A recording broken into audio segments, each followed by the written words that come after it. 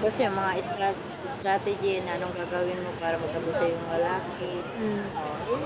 Pero ayoko na, hindi na. Oo. Sapat na, tama na. Ganun. Kaya ako ngayon, nakita mo, hindi na ako hindi na nga ako Kasi nagchat. kung meron talagang pupunta sa atin po, may papasok talaga. Pero kayo mag-ano, wag na ah. Sabi nila, ang lalaki interesado sa'yo.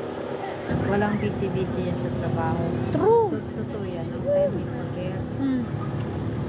24/7 yan nakamonitor. Yan din ang hinangaan ko kay Miguel.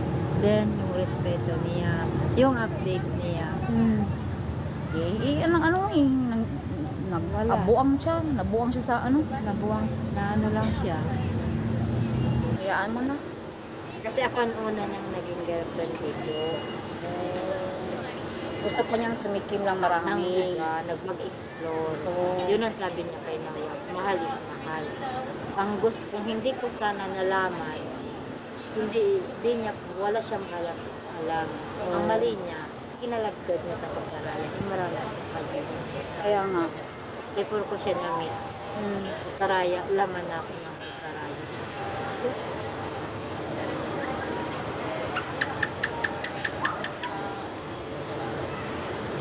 200 lang pala siningil niya sa ano. Sa kwarto ko. Akala ko 220 ang singil niya. Sabi niya 220. nahiya yata. Kaya hindi ka man nag-i-stay doon, hindi ka nagagamit ng kuryente pag gabi. Kaya nga, nagtaka ako bakit nagdagdag ng 20. Electric man lang naman ako dyan. Nag-dimlet lang ako ng gabi.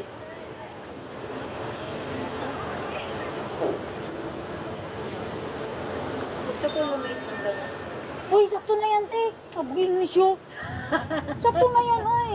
Sakto na yan, promise. Wala akong puwet. Eh, mag-exercise ka. May puwet naman pala, pero hindi bilog. Exercise nga. Yung ganyan na yung wala. Yung ganyan-ganyan ka, oh. Tuwing ka hanggang 50. Ganyan lang. Opo. Squat lang.